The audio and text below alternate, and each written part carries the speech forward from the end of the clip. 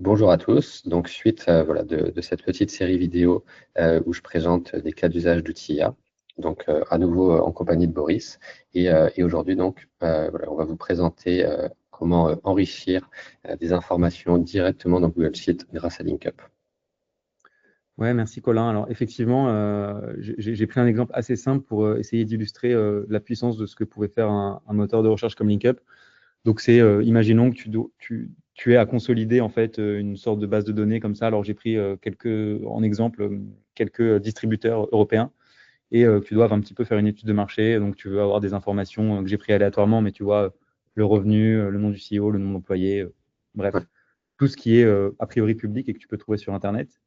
Et donc ouais, ce que j'ai fait, c'est que j'ai fait un petit script que je partagerai volontiers avec ton audience ouais, et que tu peux d'ailleurs trouver sur notre site internet, qui te permet en fait d'appeler l'API de LinkUp directement et de la retranscrire via une fonction qui s'appelle LinkUp Search dans Google Sheets. Et donc tu vas voir, c'est assez puissant puisque en langage naturel, et c'est ce que fait l'API LinkUp, tu peux faire ta recherche et LinkUp, la fonction te répondra aussi en langage naturel. ouais. Et ce qui est top aussi avec LinkUp, c'est que pour chaque réponse, tu as aussi les sources de données. Donc, c'est aussi facile voilà, si jamais vous avez un doute sur une info, vous pouvez facilement la vérifier. Exactement. Il y a une fonction aussi link up source. Alors là, par souci de simplicité, je vais afficher que les Ouais, réponses. Mais effectivement, ceux qui iront regarder la documentation verront qu'en fait, effectivement, tu as les sources qui sont fournies à chaque fois. Et donc là, en fait, j'ai exécuté le script.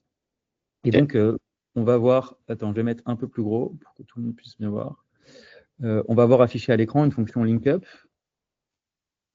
Tu vois, link up search, j'avais link up source aussi. Et en fait, donc l'API de LinkUp, c'est vraiment quelque chose qui reçoit une question en langage naturel et qui te la restitue sous des formats de sortie différents selon l'usage. Là, je demande une réponse en langage naturel. Et donc, pour te montrer à quel point c'est puissant, je vais lui demander provide euh, euh, following elements. Je commence par une phrase et je lui mets, donc ça pourrait être une phrase, hein, mais moi j'ai envie de faire ça à l'échelle, donc je vais lui mettre une formule en fait qui Ok. inclut des, des, qui inclut des Des morceaux de variables. texte, des cellules, Ouais. ouais, exactement. Tu vois, je peux même figer certaines cellules, ceux qui font de l'Excel Mhm. Ouais. comprendront où je veux venir. Euh, et donc, tu vois, là, ça va chercher l'information. Donc, en fait, là, c'est provide following elements, revenu 2023, short group. Donc, en fait, ça va chercher Mhm. sur Internet le revenu 2023 de short group.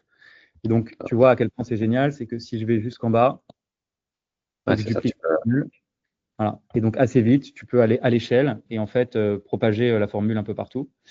Et pour, euh, pour aller un peu plus loin, alors là, tu vois, certains me diront, ouais, mais c'est des phrases, tout est dans le prompt. Donc, si tu fais un petit prompt, là, j'ai mal prompté, puisque j'ai demandé juste de me donner l'élément. Si tu promptes plus méthodologiquement en disant, je ne veux que le chiffre et je veux qu'il soit sous la forme euro XX millions, c'est ce que je vais obtenir. Je ne sais pas si tu Ouais. veux que jusque-là, mais on peut passer. Non, non, Ouais. c'est bon, mais ce que je veux dire, c'est que ce qui est intéressant avec LinkUp, c'est effectivement, en fait, vu que l'IA est spécialisée dans la recherche, on va dire que comparé à un LLM classique, elle a déjà le contexte et le rôle, elle est déjà optimisée pour ça. Mais Exactement. effectivement, ensuite, sur la partie format, on peut effectuer le même travail.